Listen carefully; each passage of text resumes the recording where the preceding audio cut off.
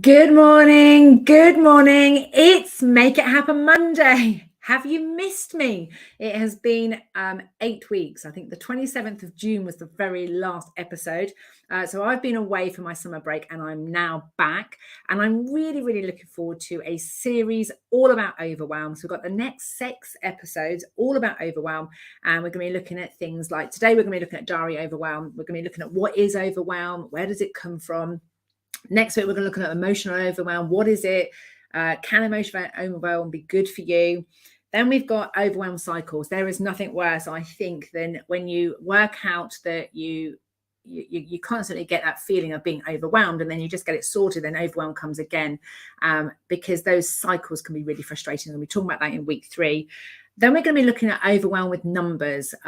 Some people are generally really good with numbers or really good with words, and maybe one or the other causes us to become overwhelmed. Perhaps we can't interpret the stories or the information. So we're going to be looking at that in week 4, and week 5 we're going to be looking at words, and particularly I know I've got some stories around my own experience with writing and overwhelm. And the last one in this series is going to be triggers and trauma. So a lot of this work, a lot of things with overwhelm can be resolved by finding out your own personal strategies to transform overwhelm into clarity of what you'd like to have happen. When you know what you want to have happen, you can communicate and talk to yourself in a different way. And when you know what you want to have happen, then you can actually have confidence in your next best step. However, sometimes there are things that have happened to us in the past that our body keeps score and we haven't got the language for. And sometimes randomly out of the blue, we'll feel completely overwhelmed, but our logical brain cannot make sense of it. And we're going to be looking at that in episode 6. So as the ticker tape says at the bottom here, Make It Happen Monday is 9 a.m. most Mondays. I'm going to be with you now here until the first week in December. And my purpose is to share stories and strategies that encourage and inspire you to listen to your own inner wisdom. So whilst I'm going to share stories about my own experience or my client's experience, I may even have some guests on that are sharing their experiences, it's always with the purpose and intention of actually encouraging you to listen to and trust yourself. So I will be asking you some questions at the end of this episode. So whoever's just joined me today live, please say hello. It's always lovely to have you here. Let me just turn this ticker tape off because I find that quite distracting. So I'm going to move that out of the way. So whoever's live with me today, please put a hello to me, because one of the things that happened when I came back, and the reason I'm going to talk about diary overwhelm today. So diary overwhelm for me is this thing when I look at my diary and I get this overwhelming sensation of my feeling, and I have language like, oh my goodness, how am I going to get it all done? And you can see the spaces in your diary and you can see your to-do list, and maybe you've got a to-do list that's written down, and maybe you've got all these thoughts and feelings. Hello Lorna, it's lovely to have you here with us this morning talking about diary overwhelm. So you'll have things that are written down. Maybe you've got loads of thoughts going on in your head of things you need to think about, or some decisions you need to make, or there's stuff going over here. And then you look at your diary and you're like, how am I going to make that happen? And I'd already planned this session that I was going to do. And I was working with a client this week, and she said, oh, I've had a lovely holiday. It's really great. It's really fantastic. She said, and then tomorrow I'm going to have to open my diary and deal with like the overwhelm of everything that's going on there.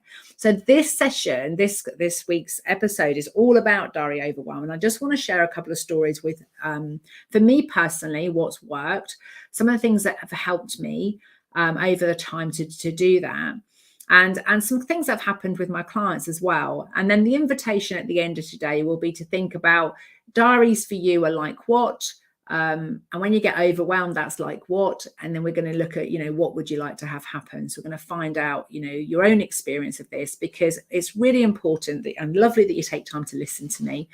But it's really, really important for me that you take time to listen to and trust yourself, because you have that wisdom inside. And I'm sharing because I know sometimes we need questions to find that for information inside. And sometimes when someone else is talking, our system's going, oh, yeah, I resonate with that. I get that. Or like, no, that doesn't happen for me. So as I'm sharing stories, just listen to your own system and notice which parts resonate, which ones don't. Because it's not that mine is the only way and it's the right way. It's just a way. And sometimes it even changes for me too. So for me yesterday, what had happened was that I've just had a couple of, well, I don't do any coaching for the most of August. I'd had 2 weeks properly off where I was with family. And then my husband decides that he's got a gap in his contract and that he would like to go away because we've had a very busy summer. We've did a city break and it was lovely and it was great, but oh my gosh, it was so tiring. Then we had a few days with our granddaughter, who's 5 years old, and it was really hot, and that was great, and it was lovely, and it was tiring. And then we had a really lovely, relaxing week with my mother-in-law, who came to stay, which was always gorgeous, and it's always lovely and easy to be around her. But my husband was craving time away from the house because we'd been here. We had decided consciously not to be in the house this summer and not to go away this summer, stop paying school holiday prices now that we don't have to. We've got, no longer got children at home. But he was missing the having gone on holiday feeling. And as he had a couple extra 10 days he had to take off because of the contract, he asked, could we go away? And what happened for me was, it was like, it was like, I've just had a big break. And I know that when I come back to work, officially back on tomorrow, Tuesday, I know that I've got the 7-day Makeup and Motivator starting on the 12th of September. I know that the Academy is back on the 6th of September. On the 19th of November starts the 8-week Do Delegate or Ditch Foundation course.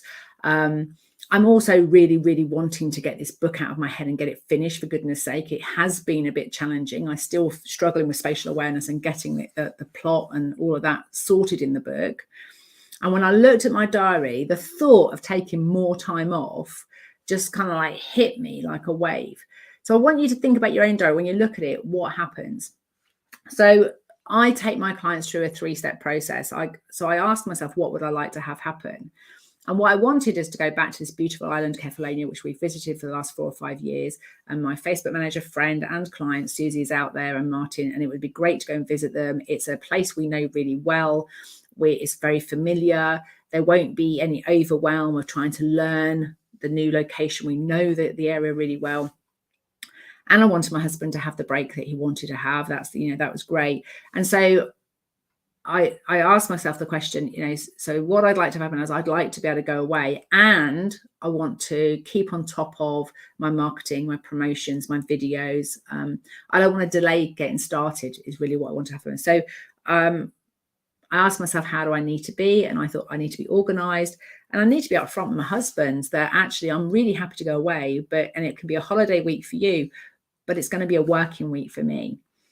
However, that doesn't mean I've technically lost a day of work by traveling on Thursday and coming back on Thursday. I can have the weekends off with him and enjoy the location, but I will need to work.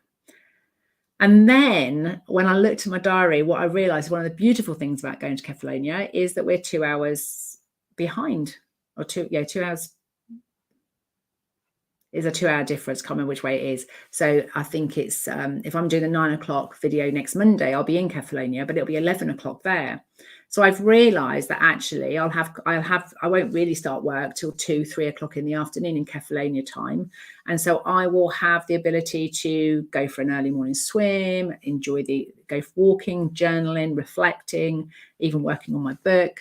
And I won't actually start to do videos like this till 11, or perhaps coaching till 2 or 3 o'clock. So I had to go through that process of actually so what I'm noticing as I'm saying it to you is what actually happened. I had to sort of go through the diary and like physically try it on for size. It was a little bit like sort of going shopping for clothes and actually putting on. I had to sort of imagine what my day was going to be like. And then I had to get confirmation from my husband. So when it comes to the change, I needed some feedback from him that he was fully aware that it's a working week for me. Because what I didn't want is him going, oh, do you have to work? Are you working again now? And so for me, the diary overwhelm, it was, I needed to try on. He needed a break and I didn't. I didn't need another holiday, but that doesn't mean I wouldn't love to go to Kefalonia, and I wouldn't love to go and see Susie, and I wouldn't love to be able to swim in the sea for another week in the warm sunshine. But I did need the understanding from him that I had work that I needed to get done. So that was my diary overwhelm. Loretta's just come on. Gorgeous to see you. Says, hi, lovely to see you. It's lovely. Thank you so much for your comments before I finished, because I've been doing these videos live for, I've been in my diary, and I've been going live in Facebook probably for about 5 years. And sometimes, you know, whether it's the algorithms or whatever, I don't always get the feedback, you know, the proof in the little numbers on who's watched it, particularly with LinkedIn. They don't tend to seem to promote the live videos. So I don't always get feedback that it's of value, but I really want to do them. I want to be able to share them with people. So when people like yourself, Loretta, tell me that you've missed me, it really is good feedback to know that it's, you know, even if there is just one person watching me, 2 today, thank you. It's just nice to have that feedback. So if you are watching now and you've got this far, please, if you're on LinkedIn, ring the bell and be aware of the videos coming out on Monday at 9 o'clock. Even if you don't watch it live, watch it on replay and leave a comment. And if there's anybody else you're watching or you're really inspired by, please be aware that it takes time, energy and effort out of people's diary to do the videos, to do the broadcast. Leave them a comment, like it. I know you two lovely people have done today, and so this isn't really, you know, speaking to the converted already. But if you are watching things, it's very easy for us in life to just take things for granted. And think that other people find it easy and they just do it, or, you know, perhaps, you know, your partner's done the dishes for you or some friends have sent you a card. It's that whole appreciation and gratitude, just giving somebody the feedback that actually they make a difference and they add value. And so for me, please subscribe to the YouTube channel. If you're on Facebook or LinkedIn right now, please do go check my YouTube channel out, Step by Step Listening.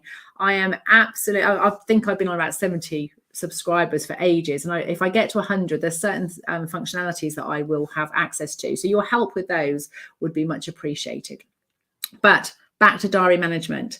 One of the things I want you to think about, I know for me, what can happen with diary management, and I've had it with my clients, is when I change from a paper diary to electronic diary. I found it really, what I found is when I used to write things into my diary, I would remember it. And I remember going through the transition of changing from a paper diary to an electronic diary.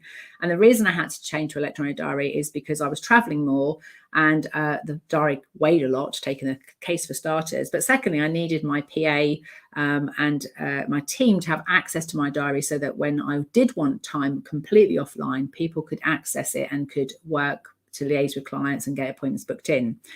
And it took me a little while because it was like, one of the things that caused overwhelm for me is it was like when it was on the screen, I couldn't remember it.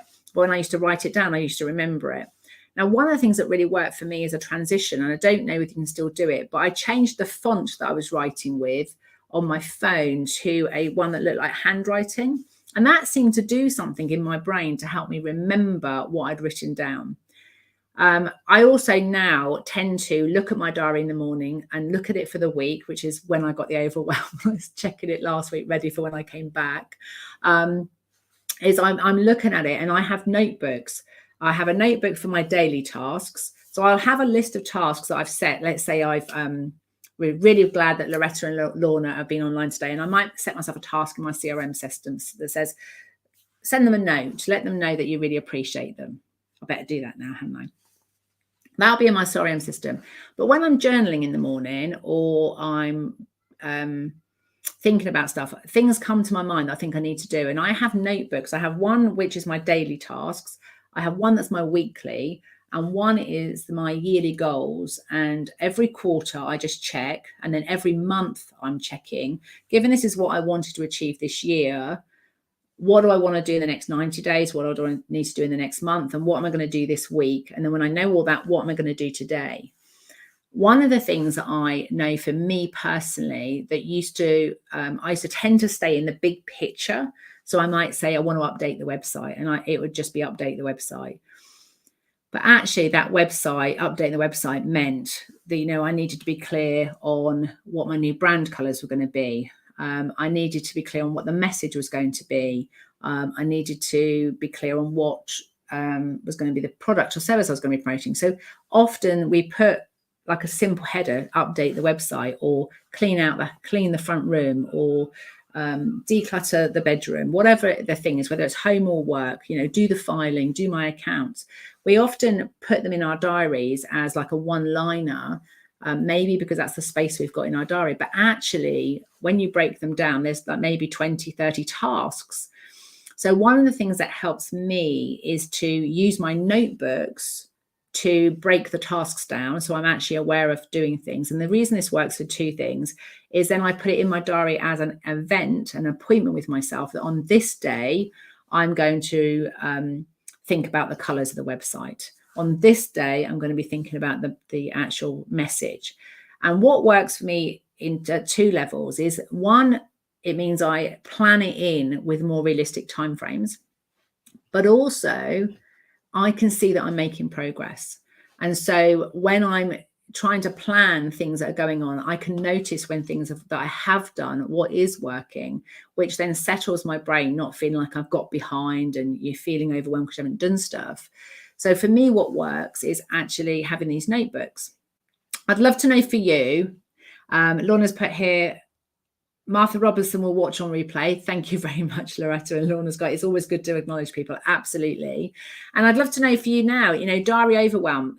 That's like what for you? I know that I believe both of you lovely ladies, I might be getting this wrong, correct me if not, I think you're both retired.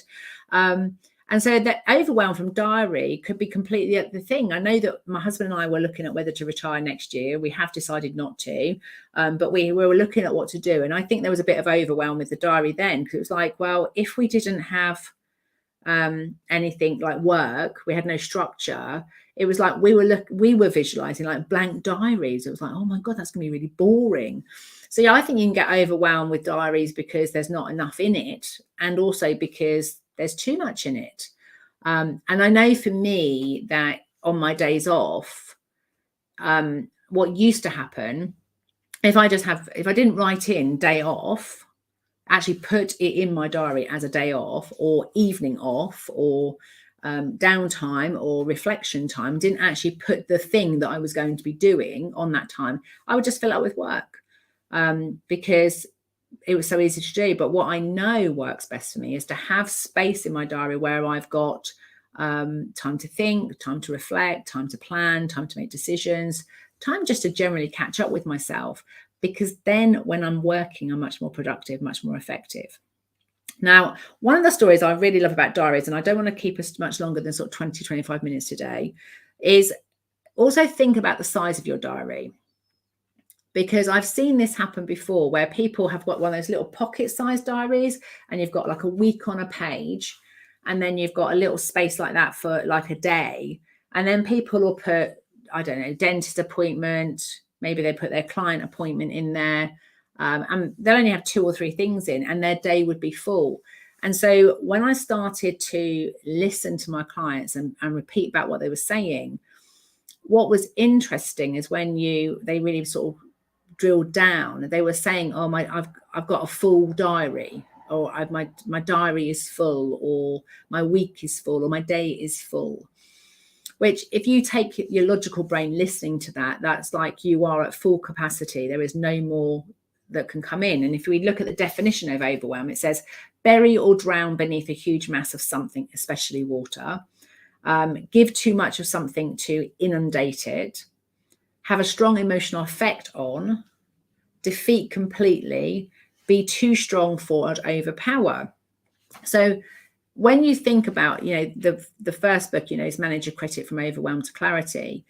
When you think about the way that you talk to yourself, the story that you're telling yourself, the story or narrative you have to yourself and to other people, how you talk about your diary and how you talk about time will often impact whether or not you get stress chemicals produced in your brain, and whether you put yourself into that flight, or freeze. I haven't got enough time. Oh, we've got too much time. And oh my God, what we're going to do? We're going to be bored.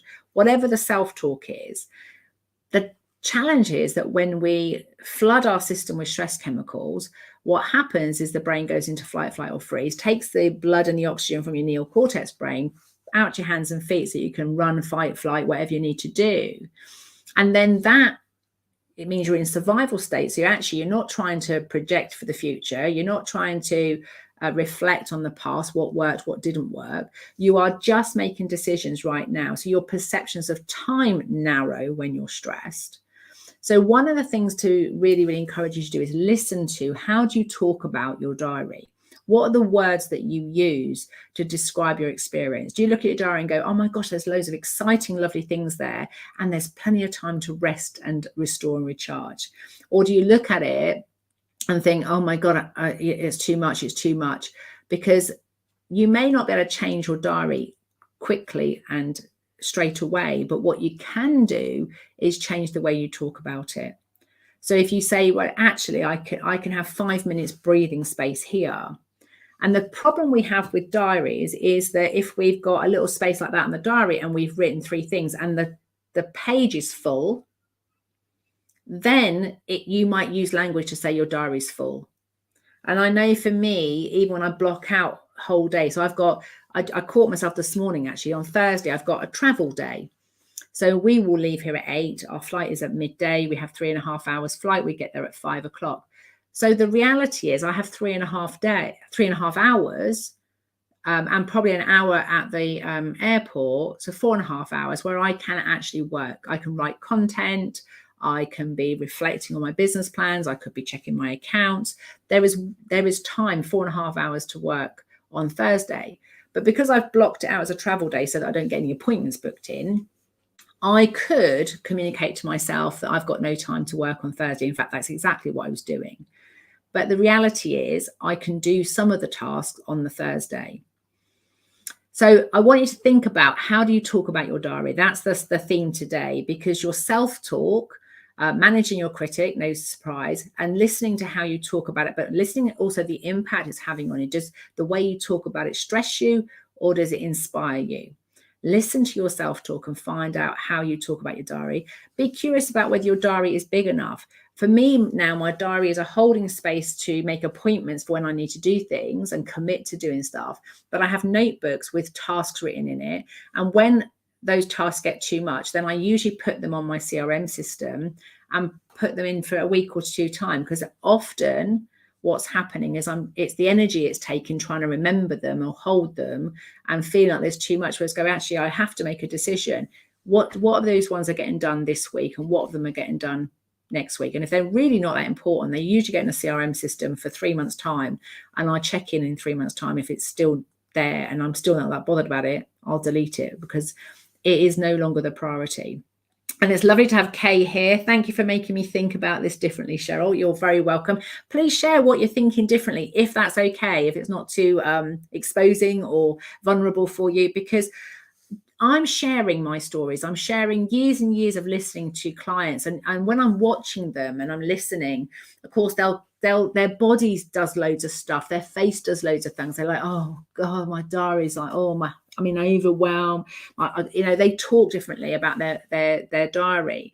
And it's only when we go, okay, so when you've got 3 appointments and how long's the first one and how long's that? And, when do you get up and when do you go to bed? It's people say things like, oh, I had a really bad week last week. When actually what's happened is they had 2 or 3 things that really impacted them emotionally. So they had 3 moments of feeling really bad, and they haven't yet processed the emotional impact of it, and they haven't yet made a decision what they're going to do about it. We have to, when things don't go well, the quicker we can learn the lesson and make a conscious decision of what we're going to do next. And sometimes, if we are grieving, if there's been a bereavement or a loss, the conscious decision is, do you know what? I'm just going to allow myself to be absolutely devastated today. I'm going to be sad because it's pants that person's gone from my life, or they're going from my life. Giving yourself permission to be with that emotion, not fighting it, not trying to work against it, not trying to push it away. Creating space in your diary for you to experience your emotions is important, which kind of nicely brings us on to next week. We are going to talk about emotional overwhelm. So if you find yourself feeling really emotional,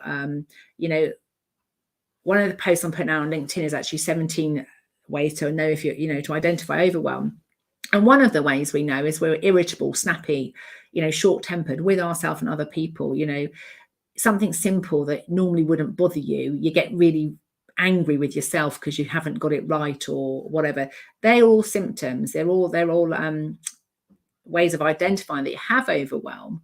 And so next week, we're going to talk about emotional overwhelm. And also, when can, emotional overwhelm, can there be good overwhelm? Or is it just that overwhelm is something you shouldn't have?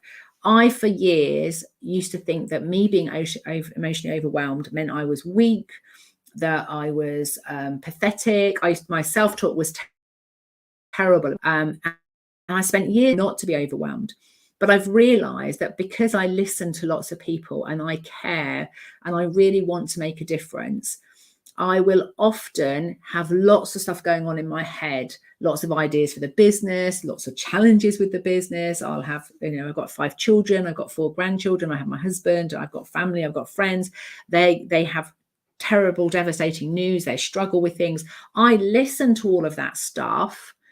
And unless I stop and think, what would I like to have happen? How do I need to be and what resource and support I need? A lot of that stuff is floating around in my subconscious mind. And then something else happens and emotionally, it becomes like a tipping point where I can't process anymore. But if I stop regularly and I reflect and I get clarity of what I want and what I'm thinking and what I'm feeling, then I may still have an emotional response to something, but I'm pretty sure why it's happening. And I can be okay with that because I'm human. So if your diary, going back to diaries today, is causing you to be overwhelmed, 3 things to think about. How big is your diary? And just thinking about what you're storing in there. Second thing, are you breaking your tasks down? Are you being, how long do they take? And making sure that you have chunked it down into the smaller tasks. So one, you can see progress, and then you can book appointments for yourself to give yourself an hour. And another thing about actually breaking tasks down, remember that sometimes we think, oh, that needs a whole day. Well, if you haven't got a whole day, give yourself 10 minutes to do that task. And if you did 10 minutes towards it, that might help. And then the third thing, have a think about the way that you talk to yourself about your diary. If you're using words like it's full, haven't got any space to breathe, etc., then you might be triggering stress chemicals in your body. And then you'll end up in a bind because you'll get overwhelmed because you can't think beyond today. You can't think past yesterday. Your timeframes will be limited. You'll be making decisions from survival state. And there's a very good chance that when you do make a decision, you'll do something just to relieve the overwhelm, and it'll great temporary solution in the moment for survival. But you may well repeat patterns of doing things that are not the most productive, most effective thing for you long term. So be aware of your self-talk. Think about how you talk to you about your diary, and just notice whether what you're doing, never do this, I always do that, I've got no space for this, I've got no space for that. Those kinds of conversations you have with yourself, and check whether that is working or useful for you. And before we log off today, I'm just going to check what else we've got here. Lorna's got, haven't been disciplined with a diary in regard to work during the last year, getting my mind acclimatized to the concept of retirement. Absolutely. And do you know what? It's a really important thing. And it's taken me probably the last 4 years to being someone that how I used to feel okay about things was to have a plan and have everything in the diary and have it organized. And what I've learned is that actually part of the solution is having days where I have no plan, and learning to be as comfortable with no plan as I was with a plan. Because the other side is, well, when you have a plan, it doesn't always go to plan, does it? So I have to be okay with plans not going to plan. I have to be okay with having a plan or planning, and I have to be okay with no plan at all. And a lot of that is being okay with change. So please let us know if you want any more help or assistance with that, Lorna. Just now getting back into ordering my days. Yeah, I think it's remembering, sometimes we need structure to settle that part of our brain that likes things to be repeated. And then there's the other part of the brain that likes change, likes things to be varied. And we're always going to have that battle in our own brain, doesn't matter what. And then if you add that you love loads of change, and there's a little part of your brain that likes some stability, or if you're someone that loves stability and you like a little bit of change, the truth is, if we have too much stability and everything stays the same, we get bored and start to think, oh, there must be more to life. If there's too much change, our brain can't keep up with it, and we start to panic that we're missing things or things aren't going well. So it's a constant thing that we're checking in, and we've all got variations. Some people love change more than others. Some people like repetition and task, things being disciplined and ordered and routine. But keep playing with it. Find out what works for you. Kay's got, looking at my diary and how I react to it feels full. I block out time for me, i.e. lunch and quiet time between appointments. But when I look at my online calendar, it can look like there is no gaps because it's all filled in. Totally get that. And it's one of the things I really challenged with when I changed my CRM, because when I had a Google calendar, you could change the colors. So if you've got a Google calendar, so I'd say to have a think about, if you know that you've got gaps, but because what you see, so we talk about this in the learning module on Do Delegate or Ditch Academy, we look at your 5 senses. So what's happening is you're seeing no gaps, and so it feels full. Okay, so it might be, so what you may not be able to change it. So my electronic diary, unfortunately, with my CRM system, is a great CRM system, but it's all blue. It's all one color. I can't change the colors of the different things. So what used to work is if it was different colors, I could see this was me earning money. This is me doing marketing. This is me doing downtime and relaxation. And instantly I could see the pattern on it. But what's worked for me is to actually, I take time to, I'll show you actually. I can't, I'll turn this around. On there, I have a manual one where I've coloured it. That's for my year, so that I can see when my travel time is, when my downtime is. And I've done that sometimes with my week when I've needed to. I've got used to it over the years. I kind of know this year I've said, I don't really want any coaching clients until after lunchtime. I want the morning to be more introverted, which is why the 9 o'clock Make It Happen Monday was a little bit like, do I do it or don't I do it? Because actually this is me externalizing and being more extroverted. But if I notice that I can still be working, and actually it's different tasks I need to do. So if I know that most mornings are introverted stuff and in the afternoons and evenings it's extroverted stuff, then I can see that I've got enough rhythm in my work with or without the breaks. So have a play with that. It might be down to your visual stuff, and think about that. Because there's definitely something I've seen clients struggle with. It's because it looks full, but it's not full. And the one thing you can change yourself is just sit with your diary and have a conversation with yourself and just notice where the breaks are. Allow yourself to visualize that break, and noticing you've got 12 to 1 for lunch and quiet time, and maybe even write down in a piece of paper what you're going to do with those quiet times, so that you've got a visual representation as well. Now, I'm giving you advice here, Kay. The truth is that if you listen to your own inner wisdom, you'll find out how you learn, how you process. But I'm just picking up on the language you use there. You see it and then you feel full. So it's like, how could you change what you see? And it might be that you draw it or write it or color it like I do, or it might just that you change the story you tell yourself. So have some fun, play with that and see what happens. I do use colors, but maybe I need to remind myself when I look at it that it's kind of certain colors are time for me. Absolutely. And so I call that in the confidence model. I've got to feel like I'm throwing you around my office today. Yeah, it's that way. You'll see that the E is embed learning. So we can often develop a solution or a strategy, but what happens is our brain forgets it, and we have to repeat it several times.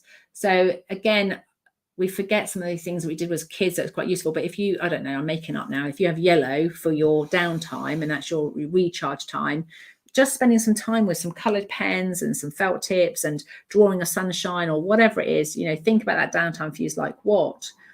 Even just spending a moment creating a picture, or maybe having some music or a certain smell. Think about all the different 5 senses, different ways to embed it so your system remembers that's downtime. I hope that's been useful. It's been, for me, I want to say to you, those who've joined me live and you've engaged with me, you have made showing up today so much more fun, so more enjoyable, because it can feel a bit weird, even as confident as I am talking to myself on these cameras. So those who joined me live, thank you so much. That brings us now to the end of the show, where we start to ask you some questions so you can have a think about and we can set you up for success. So these are the clean language, clean setup questions. I want you to think about, now that you know what you know about diary overwhelm, what would you like to have happen? Take a moment now. And if you do feel willing and able in the comments to share what you've learned and what you're going to do different, not only will that help you embed the learning, not only will it help you to remind your system, because you'll get to see it written down and you're physically doing something, you'll inspire and help other people, because I'm sure whatever you're working on, you're not alone, which is why I love working in group coaching programs, because it means that other people can have that wisdom activated because they hear it in somebody else. They go, oh yeah, that was what's happening for me, but I didn't have the language for it. And so it can be really gorgeous listening to other people when you've got that opportunity. So now that you know what you know, what would you like to have happen? Take a moment to write it down. Just notice if you're talking about what you want or what you don't want, or what you want less of. So if you are talking about something you don't want, or something you want less of, or something you want to get away from, just think about when you don't have it, or you've got less of it, or you get away from it, then what happens? And keep asking yourself then what happens questions until you have an outcome focused statement, you know, what you want to have happen. And then think about, how do you need to be for that to happen? What kind of you is that you? And I know for me personally, overwhelm always requires me to be calm. I have to remember to take a deep breath. I need to remind my system, no matter what I think about my diary or whatever else is going on, that I am okay right now. In this moment, whatever I think or feel, it is not life-threatening. In case, obviously, if it was, that's different. You'd be reacting in survival state, and that's exactly when you want it to kick in. But if you've got a survival state when there is no real threat in this moment, there might be a threat of being able to pay your mortgage in 6 weeks, 7 weeks. There might be a threat of being bored on retirement. That might be threats there in the future. But right now, in this moment, how do you need to be in order to be able to think, problem solve, and to make it happen, the thing that you want? How do you need to be? And lastly, what kind of resource or support might you need for you to be like that and for the outcome to happen? Now, that resource and support could be, you know, just reminding yourself what that color code stands for in Kay's case. In my case, it's reminding myself that Catalonia runs 2 hours behind here. So I've actually got time to enjoy Catalonia, and I won't be working all the time, which is what I was telling my husband, which was actually making my system really cheesed off, because I was like, oh, I really want to be on holiday, really. But I don't really want to be on holiday. I really want the business to be successful, and I've just had a lovely summer break. But I do want to be able to enjoy the environment, the heat, the gorgeousness of Catalonia. So what about you? What resources and support do you need? So for me, it's going to be self-talk. It's going to be looking at my diary and reminding myself of the spaces I've got to enjoy the environment I'm going to be in. For you, it could be coloured pens. It could be asking a friend for help.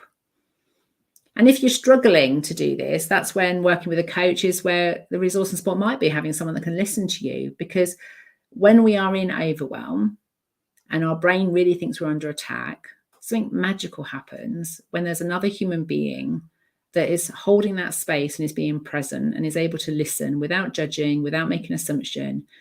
And just knowing that you're not alone can be the thing that you need to settle your state, to be able to get back to that state of curiosity where you can ask yourself questions, where you can really listen to your inner wisdom and go, what is it I really want? And just noticing the story you're telling yourself, in this case today about diaries, sometimes you're not even consciously aware you're doing it or saying it. And it's only when you say it out loud and someone repeats back what you've said, you go, oh yeah, I do keep saying my diary's full. Oh my God, yeah, I keep on saying that retirement's going to be X, Y, and Z. And actually, no wonder I'm not looking forward to it. I'm not motivated and I don't want to make it happen. But you're not consciously aware. You've said the story a long time that your own system isn't really listening to what you're saying. And so having someone that can listen can really be the thing that changes things. So without any further ado, it is now time to call this meeting to an end. It's been absolutely gorgeous. Please do join me next Monday if you can.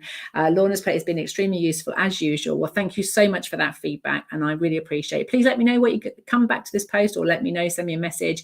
Let me know what happens to your diary overwhelm as a result of this show.